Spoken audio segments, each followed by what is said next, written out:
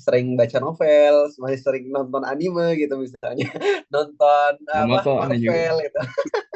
Tapi hebatnya si Rizky ini, beliau tuh bisa ngebagi. Ada kok waktu aku buat ini, tahu aja beliau kalau diajak ngomong kemana-mana gitu. Jadi kalau aku, jadi Dio ngaji itu kan, Dio ngaji kan, aku di komunitas Dio ngaji teman-teman itu, eh, kebanyakan teman-temannya tuh orang-orang hijrah, dan mereka tuh punya hobi masing-masing yang kadang-kadang pada saat kita nongkrong tuh mereka ngomong-ngomong kayak gitu. Dan salah satu hal yang sering dibahas sama teman-teman yang ngaji adalah ini apa namanya, satu anime namanya One Piece. Nah, di One Piece tuh ada satu kota namanya Ohara. Nah, di Ohara itu adalah pusat penelitian tentang hieroglif, tentang poneglyph. Poneglyph tuh adalah satu apa? Satu batu yang nggak bisa dihancurin, yang itu mengungkap rahasia dunia gitu. Dan apa yang terjadi sama orang-orang yang ada di Ohara itu, mereka tuh di bumi hanguskan. Karena apa? Kalau mereka tuh bisa baca poneglyph itu, mereka tuh bisa tahu keburukan dunia itu seperti apa gitu. Dan tahu nggak sih teman-teman, aku ngerasa kayak itu yang terjadi sama para sahabat dulu kali ya gitu ya. Salah satu manuver orang-orang yang nggak suka Islam itu bunuhin orang-orang yang memang ahli-ahli Quran gitu. Supaya nanti Al-Quran itu tidak turun turun turun lagi. Tapi nyatanya alhamdulillah Allah tuh berikan berikan orang-orang solih yang lain, para ulama-ulama kita, Khulafaur Rasyidin itu benar-benar memanuverin Al-Quran itu sampai semudah ini, sampai kita tuh bisa baca tuh gampang banget. Pertanyaannya, udah semudah ini, berapa banyak kita interaksi sama Quran? Udah mudah banget loh gitu. Aku ngebayangin kalau misalnya kita tuh hafal Al-Quran, interaksi sama Al-Quran, kita tuh jadi seorang arkeolog gitu. Yang bisa tahu masa lalu, masa kini, dan apa yang akan terjadi di masa depan gitu. Jadi ini ya, jadi ngayal ya, sorry ya teman-teman ya. Oke. Sekarang kita buka sesi diskusi teman-teman, mumpung ya kita di depan kita nih ada seorang ahlinya, pakarnya gitu ya. Jadi teman-teman sangat-sangat rugi kalau misalnya teman-teman nggak mau memberanikan diri untuk bertanya. Tadi beliau udah bilang, silakan yang mau bertanya, bukan hanya pelihara Al-Quran, tapi pelihara apapun, kayak misalnya keuangan, kemudian manajemen waktu. Karena jarang loh kita bisa dapetin apa, guru yang ekspertisnya tuh banyak gitu. Itu juga yang biasa aku lakuin sih kalau misalnya aku lagi talaki bareng beliau, aku ngomong masalah banyak, manajemen keuangan, bangun bisnis gitu. Bangun apa, menata hati dan lain sebagainya. Oke, kita mulai dari bisa teman-teman bisa raise hand ya. Angkat tangan. Ada nih. Abang Hanif dari Bandung. Ahlan Bang, silahkan bertanya Bang. Eh, mau mastiin, bukan mastiin sih, mungkin tadi ada kelewat atau mungkin kurang masuk. Kan ada 14 qiraat ya, Syekh. Nah, Hmm. terus itu apakah 14 itu memang eh, dibaca oleh Nabi? Maksudnya Nabi eh, apa melafazkannya gitu ya? Apa ya? Itulah makanya kita Nabi melafazkan 14 qiraat itu, atau mungkin hanya beberapa doang kemudian berkembang gitu, Syekh. Izin, Syekh. Maaf kalau misalkan awam. Ya, nggak apa-apa lah. Oke, langsung jawab ya. Atau gimana? Oke, oke, oke, oke, oke. Hmm, oke, tadi pertanyaannya tuh tentang qiraat yang 4 ya, yang nggak boleh dibaca. Boleh diulang nggak ya? Belum ini loh, pertanyaannya aja, bukan ceritanya. Yang saya, Syekh. Ya. Oh, kata ada 14 qiraat. Nah, kemudian kan tadi kalau nggak salah saya ada dengar kalau misalkan Nabi itu yang memang menyampaikannya bukan hanya dari satu dapat dari satu kata ya, dari satu kata atau satu bahasa tadi gitu. Hmm. Nah, berarti kan ada banyak tuh eh, bahasanya. Apakah 14 qiraat ini memang benar-benar dari nabinya langsung, atau mungkin dari mungkin Nabi menyampaikan 7 kemudian berkembang menjadi 14 gitu, atau Oke, seperti apa, Syekh? siap. Oke, Izin, oke. Syekh. Sip.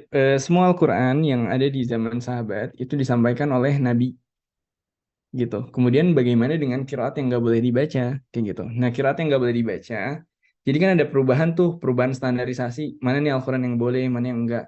Di zaman Nabi standarnya selama ini disampaikan oleh Nabi, maka ini boleh dibaca. Nyambung? Oke. Karena dulu belum ada Rosem Utsmani, belum ada, ya kan? Oke. Sip. Kemudian setelah masuk ke zaman yang tadi, zamannya komunitas Al-Quran, banyak banget Al-Quran kan? Bahkan nggak cuma 14 gitu. Di Al-Kamil tuh ada 50 qiraat yang nggak boleh dibaca. Itu yang terbukukan gitu. Yang nggak terbukukan mungkin ada ribuan. Aneh yakin ada ribuan. Karena kiraatnya Aisyah itu nggak boleh dibaca. Kiraatnya Imam Syafi'i itu nggak boleh dibaca. Kiraatnya Abu Hanifah itu nggak boleh dibaca.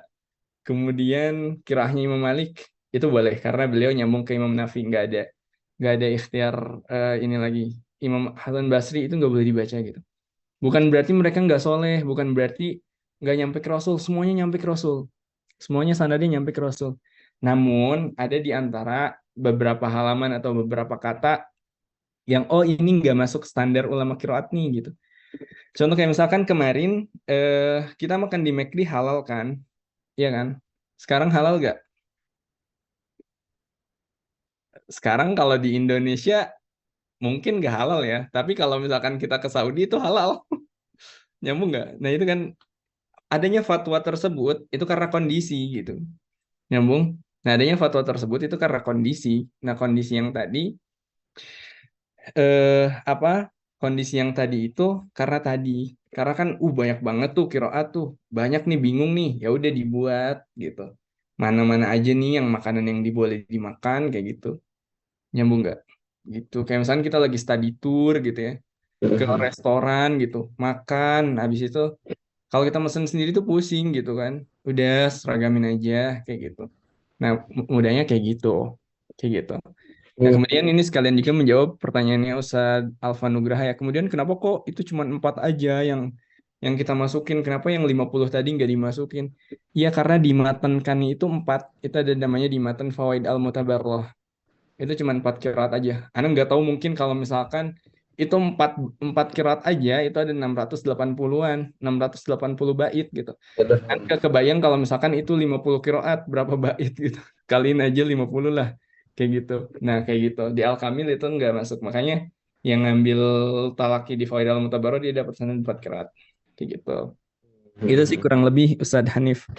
Akhi Hanif. Asik. Oke, oke. Oke ya, jadi kita jadi tahu kan bahwa ternyata diharamin tuh bukan karena itu tuh dosa gitu, tapi diharamin itu karena udah ada yang lebih baik nih gitu. Daripada nanti mencar-mencar tambah banyak lagi, ulang-ulang udah mensimplifikasi. Kalau misalnya kamu coba-coba yang lain malah buat ribet gitu. Oke, ini ada pertanyaan juga dari chat ya. Sebelumnya sebenarnya aku pengen kasih tahu teman-teman salah satu hal paling mudah untuk kita belajar adalah meniru. Jadi kalau misalnya karena kan manusia itu makhluk peniru ya. Ketika kita anak-anak tuh anak-anak tuh bakal niru lingkungannya, niru orang tuanya, niru kakaknya gitu. Nah, kalau aku pribadi kalau misalnya ketemu sama orang-orang besar gitu ya, salah satunya Syekh Ahmad, itu aku bakal eh, nanya sesuatu yang bisa aku tiru juga. Bukan bukan hanya sekedar nanya apa yang dibahas, tapi sesuatu yang bisa aku tiru. Misalnya gini, Syekh antum apa sholat tahajudnya berapa jam gitu. Itu kan nanti aku langsung ada sesuatu yang dari sini aku tuh bisa langsung praktek gitu. Ya kan, kalau misalnya Syekh antum misalnya tidur itu di jam berapa aja, kenapa bisa begini? Syekh antum apa pengalaman hidup antum waktu kecil gimana? Kan kalau kita dengarkan nanti ada bagian-bagian part-part yang kita tuh nanti bisa ambil sendiri untuk bisa kita terapin dalam hidup kita gitu. Jadi kalau teman-teman di sini nggak nanya itu sayang sekali gitu ya. Padahal nanya itu bisa dalam berbagai aspek dan tanyalah sesuatu yang bersifat personal juga itu oke nggak masalah gitu. Ini ada dua ya dari Assalamualaikum Syekh. Ana izin bertanya Syekh dari Kak Salimatul Islamiyah. Tadi Ana dengar dulu nggak semua orang tahu Al-Quran. Nggak semua orang tahu Al-Quran. Jadi Syekh kalau mereka sholat bacanya apaan Syekh? Terus gimana sistem penyebaran ayat Al-Quran ke orang Muslim yang belum tahu Al-Quran, yang dibukukan secara lisan dan setelah baru dibukukan? Terima kasih Syekh. Lucu Oke. lucu pertanyaannya nih ya. Maksudnya unik unik. Ya, Hmm. ayo. Oke, nah, sip. Jadi ini. Nah, pertanyaannya dulu semua orang tuh, oke, dulu semua orang tuh nggak tahu Al-Quran. Jadi mereka sholatnya bacanya apa gitu kan? Iya, jadi ada kisah sholatnya bacanya apa dulu ya? Bacanya Al-Fatihah. Habis itu udah. Karena Al-Quran ini nggak wajib. Surat selain Al-Fatihah itu nggak wajib. Karena ada kisahnya di mana apa ada sahabat, seorang sahabat, oh ini Ana sering nangis banget kalau misalkan kisahin ini, tapi di sini Ana tidak nangis kayaknya. Ya, tapi Masya Allah dah ini ayatnya. Jadi perihal ada orang Baduy, dia tuh Islam. Kemudian ketemu sama seorang sahabat gitu, ketemu sama seorang sahabat. Dan ditanyalah sahabat tersebut, gitu, ditanya sahabat tersebut sama orang Baduy, dari mana kamu gitu kan? Kata sahabat tersebut, saya habis ngedengerin wahyu dari Rasulullah SAW, kayak gitu. Nah, habis itu, oh, saya pengen denger dong, gimana sih wahyu itu? Jadi dia tuh orang Islam, tapi dia tuh nggak pernah ngedenger Al-Quran seperti itu, nggak pernah ngedenger Al-Quran. Habis itu dibacain lah surat Az-Zariyat sampai ke ayat wa fis samai rizqukum wa ma tu'adun gitu. Gitu. Jadi rezeki kita nih udah ditetapkan di langit kayak gitu kan.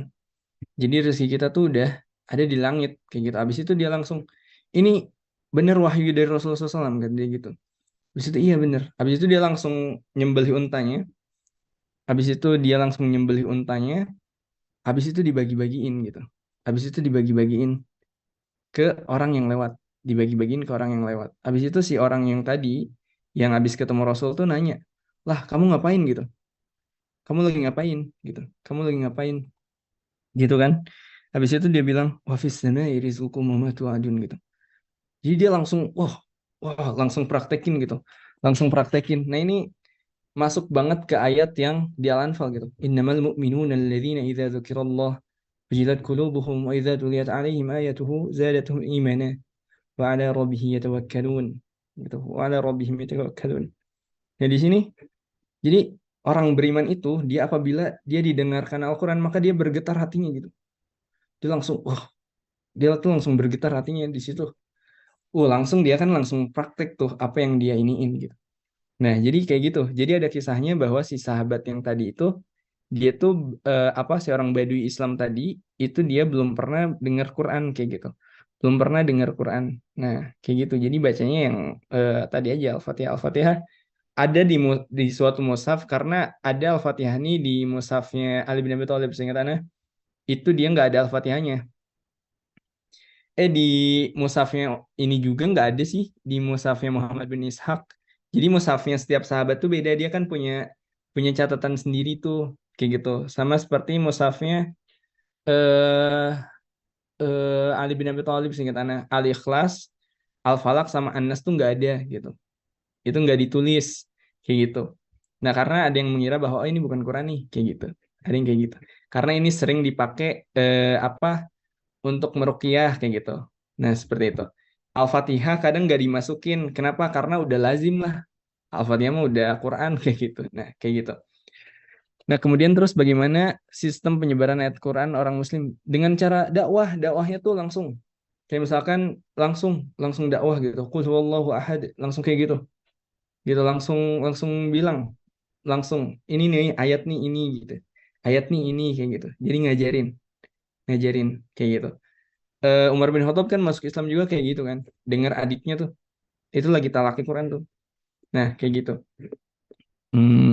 Nah, ke orang Muslim yang belum tahu sebelum Al-Quran dibukukan. Iya, secara lisan dan setelah baru dibukukan. Ya, setelah baru dibukukan tetap talaki loh. Tetap dengan sistemnya talaki. Dan satu hal yang perlu teman-teman tahu, jadi Rasulullah SAW itu setiap bulan Ramadan beliau tuh talaki sama malaikat Jibril gitu. Setiap bulan Ramadan. Nah, kita malu lah maksudnya nggak sesibuk Rasul gitu, tapi kita nggak ada talaki sedikit pun. Nah gitu, Rasul aja masih ada talaki kok. Setiap Ramadan tuh ngatamin apa yang udah di ini, apa yang udah diajarin, kayak gitu. Itu dia, itu sih terjawab gak ya? Mm-mm. Oke, ada lagi. Jawab sih, insya Allah. Nih, mungkin ini kita tutup dengan satu pertanyaan terakhir ya. ini kayaknya bisa digabung nih sih. Jadi gimana caranya supaya lebih nikmat baca Al-Quran secara kan bahasa Al-Quran kan bahasa Arab gitu. Kadang-kadang gimana ya? Aku tuh pernah nge-challenge diri aku loh. Kayak misalnya aku pengen nonton YouTube gitu, 30 menit. 30 menit aja selesai 30 menit tuh harus udah selesai. Harus udah nggak boleh buka YouTube lagi, harus ngerjain sesuatu, harus buat karya sesuatu. Terus kemudian 30 menit itu juga aku challenge untuk supaya aku baca Quran. Ternyata lama banget ya gitu. Mungkin karena ketidakpahaman kita terhadap bahasa Arab dan mungkin kita juga banyak dosa. Nah ini gimana tips dan triknya supaya baca Quran itu nikmat. Terus yang kedua, ini ada yang nanya, beliau nih seorang perawat, dia tuh kerja 14 jam lebih, 14 jaman gitu ya. Nah, dan itu untuk sholat aja susah, untuk sholat tepat waktu aja susah, apalagi untuk ngafal Al-Quran, interaksi sama Al-Quran, itu kayaknya susah. Jadi gimana caranya supaya kita tuh bisa menyelipkan uh, di dalam apa agenda hidup kita tuh Al-Quran, dan gimana caranya istiqomah gitu sih. Oke, sip. Tolong ingetin pertanyaannya. Nah, Oke. oke. Kita jawab yang kedua dulu. Nah, Hmm. perihal saya ini kerja 14 jam dan lain-lain, gimana sih eh, membagi waktu menghafal Quran di tengah-tengah waktu waktu kesibukan? Oke. Emang ada sampai waktu sholat susah ya? Ada di bawahnya deh kayaknya. Ada. Oke, oke. Sip, sip, sip, sip. Nah, oke, satu hal sih yang paling penting di dalam hidup ini, menurut Ana adalah sholat gitu. Karena ada hadisnya juga, teman-teman. Boleh mungkin Ustazah ini tips dari Ana, enggak sih, tips dari Rasul, tips dari Rasul gitu. Nah, jadi Allah ini melambatkan, Allah ini membuat telat urusan seseorang yang selalu melakukan sholat. Nah, coba bayangin teman-teman yang misalkan teman-teman ini merasa, aduh, kayaknya gue nggak ada waktu buat ngafal Quran, aduh, kayaknya gue nggak ada waktu buat belajar, aduh, kayaknya bisnis gue nggak maju-maju nih, gimana ya? Aduh, kayaknya Hah? gue belum ketemu istri dan lain-lain Hah? gitu. Atau, Belum aduh, selesai.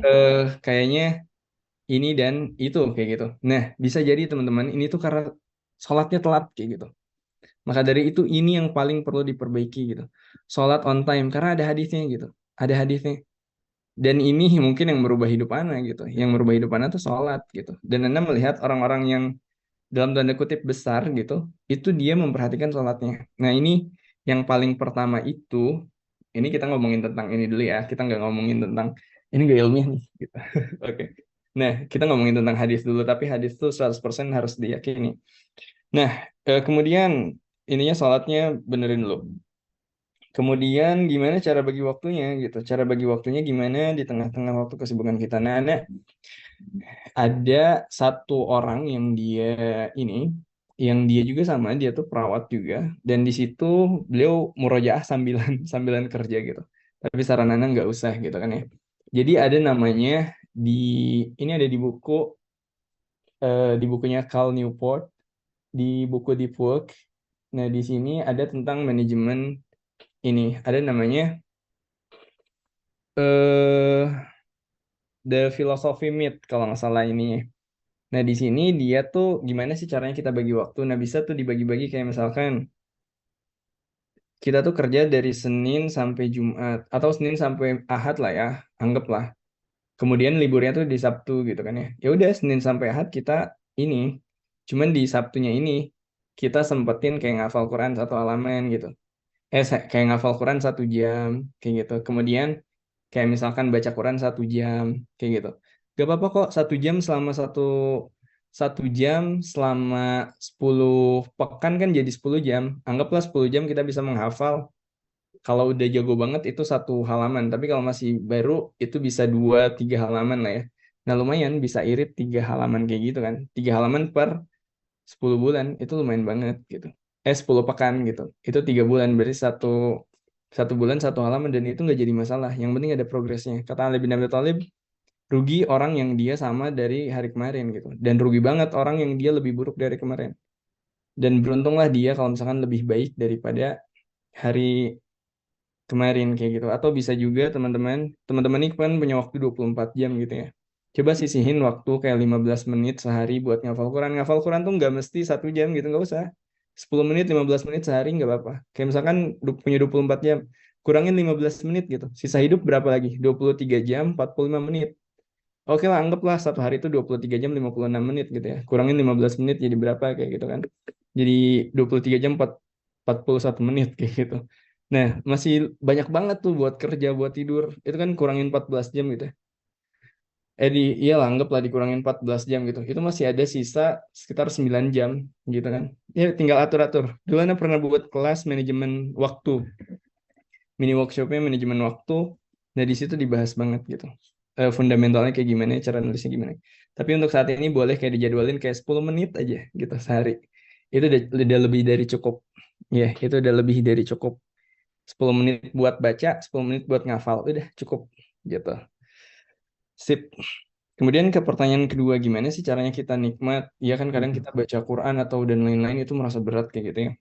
Nah, hari-hari teman-teman bisa jadi hati kita kotor gitu. Karena ada kan siapa tuh? Anu lupa Abdullah bin Mas'ud kali ya yang ini.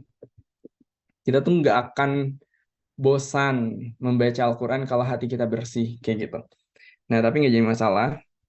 Bagaimana cara membersihkannya? Justru dengan sering berinteraksi dengan Al-Quran. Nah, gimana biar terasa lebih nikmat? Nah, ini ada namanya metacognition, teman-teman. Metacognition ini cara belajar setiap orang gitu. Gimana sih cara orang biar nikmat melakukan sesuatu kayak gitu, biar dia senang melakukan sesuatu, ini ada penelitiannya. Nah, setiap orang tuh berbeda-beda gitu. Kayak misalkan ada orang dia lagi bete gitu atau lagi males kayak gitu kan. Itu kan solusinya antara si A sama si B beda gitu. Kayak misalkan mood ane lagi jelek gitu. Mood ane lagi jelek. Aduh, bete nih gue. Ya aneh pergi misalkan berkuda atau aneh pergi main basket atau aneh pergi bareng teman gitu ngobrol. Tapi ada juga orang yang aduh gue lagi bete nih. Ya udah gue diem aja di rumah gitu, baca buku dan lain-lain. Nah, kayak gitu. Jadi setiap orang tuh punya metodenya masing-masing untuk memberikan tadi apa kejenuhannya tuh biar hilang. Nah, untuk Al-Quran gimana? Untuk Al-Quran biar dia terasa lebih nikmat. Nah, itu sama juga beda-beda. Mungkin bisa dengan cara teman-teman baca dulu artinya, kemudian teman-teman baca ayatnya. Kalau misalkan Ustadz Alfa misalkan ngafal, langsung baca tafsirnya tuh, yang ditalakin dibaca tafsirnya. Nah, itu cara cara bacanya Ustadz Hawariun kayak gitu kan. Kayak gitu. Langsung dibaca tafsirnya, langsung udah dibikin konten. Nah, gitu kan. Jadi ada caranya teman-teman. Dan bisa jadi kalau misalkan awal-awal ya iyalah masih belum nikmat, tapi boleh dicangking kayak tadi tuh. Jadi kalau kata buku The Power of Habit itu bukunya Charles Duhigg itu, beliau itu gimana sih biar gue enjoy gitu olahraga. Nah, jadi sistem kerja otak kita ini itu bukan melihat kebiasaan gitu, tapi melihat hasil. Kalau misalkan saya mau melakukan sesuatu tuh lihat hasilnya. Habis gue belajar tuh gue ngapain sih gitu kan? Ngapain? Nah, ya udah baca Quran misalkan satu halaman oh dapat 100.000 gitu, atau oke gue boleh makan manis gitu, atau oke gue boleh main keluar kayak gitu. Ini misalkan setelah kita ngafal satu halaman, habis itu gimana sih caranya biar kita ini? Nah, ini boleh simpen Al-Quran dekat kita gitu di bawah dan lain-lain. Karena di penelitiannya si Charles Duhigg ini, beliau ini seorang jurnalis yang pintar gitu, jenius lah pintar. Tapi beliau tidak bisa menghiraukan makan manis seperti itu. Makanya beliau ambil penelitian dari MIT kayak gitu kan.